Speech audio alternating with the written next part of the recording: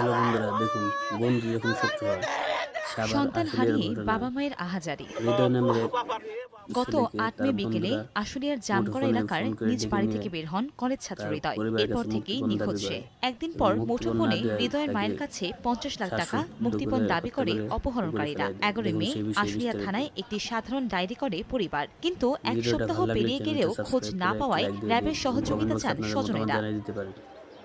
বুধবার রাতে জড়িত সন্দেহে দেখুন একই গ্রামের পরাণকে আটক করে জিজ্ঞাসাবাদ করে র্যাব। এ সময় মুক্তিপণের টাকা না পেয়ে ক্ষুব্ধ হয়ে হৃদয়ের বন্ধু পরাণ, বাপ্পি, আকাশ ও শাহিন গলায় রশি পেঁচিয়ে তাকে শ্বাসরোধ করে হত্যা করে বলে স্বীকার করে। পরে তার দেয়া তথ্যমতে আশুলিয়া শ্রীপুরের একটি পুকুর থেকে হৃদয়ের লাশ উদ্ধার করা হয়, আর হত্যাকাণ্ডে জড়িত বাপ্পিকে টাঙ্গাইল ও মিরপুর থেকে শাহিনকে আটক করা হয়। বৃহস্পতিবার দুপুরে সংবাদ সম্মেলন করে বিষয়টি জানায় র্যাব। পরাণ এবং আকাশ আরও দুইজনের সহযোগিতায় তার হাত পা বেঁধে ফেলে